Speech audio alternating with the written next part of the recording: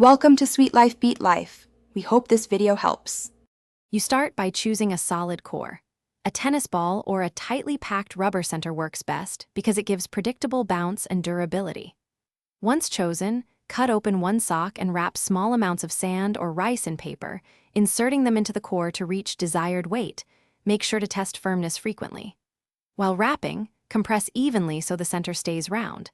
This initial shaping determines balance and flight, so take time to get it centered. And now you build the outer shell.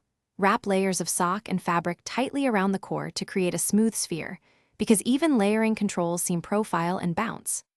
Once done, bind the layers with twine in 1 or 2 crisscross patterns to lock shape. Stitch with a strong needle where layers meet to prevent slippage. Make sure to add leather scraps as outer panels for durability and grip, smoothing edges as you go so the ball remains aerodynamic and predictable. To finish, trim excess material, stitch the final seam tightly, and apply a thin spot of glue to stop fraying because that secures the shell under repeated impact. Then test the ball with 20 to 30 throws at varied speeds. Observe bounce, seam behavior, and any wobble. If performance is off, make small adjustments. Add or remove 5 to 10 G of filler, or unwrap and recenter the core. For persistent wobble, rebalance the core and rewrap layers concentrically to restore roundness and stability.